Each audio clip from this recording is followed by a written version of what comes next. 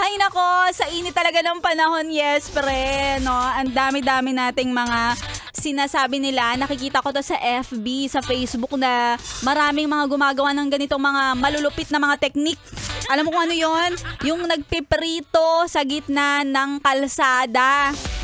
Sa akin lang, bakit ka pa magpiprito sa gitna ng kalsada kung pwede naman sa noo mo? Total, nagmamantika ka rin naman, di ba? O, parang ako, nagmamantika for today's video. Magandang tanghali. Sabi nila, may nagko-comment naman.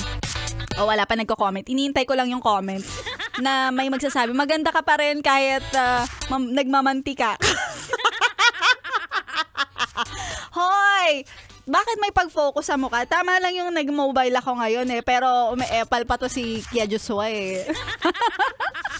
Oo.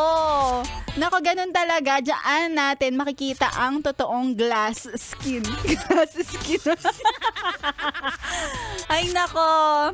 Kung pwede na nga lang papalagin ko ng tempered glass tong mukha ko para talagang protektado.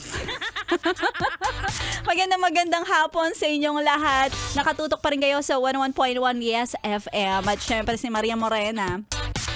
May pa-daily dose of Facebook Live tayo for today.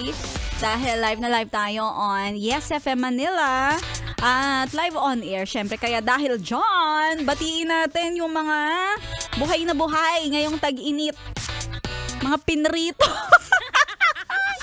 Nakikinig sa atin si DK Bautista. Shout out sa'yo, DK kay Jose Menyosa, na eto na nga, sinasabi ko na nga, kahit nagmamantika ako, may mga nagsasabi talaga na, ikaw pa rin. Ikaw pa rin ang nice ko.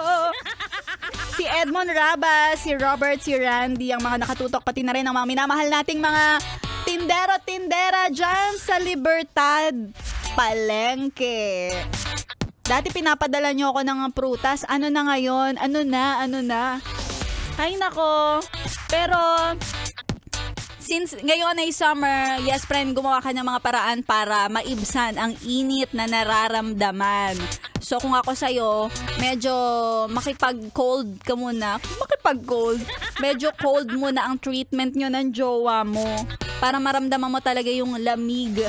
Yung tamang may distance. Ayan.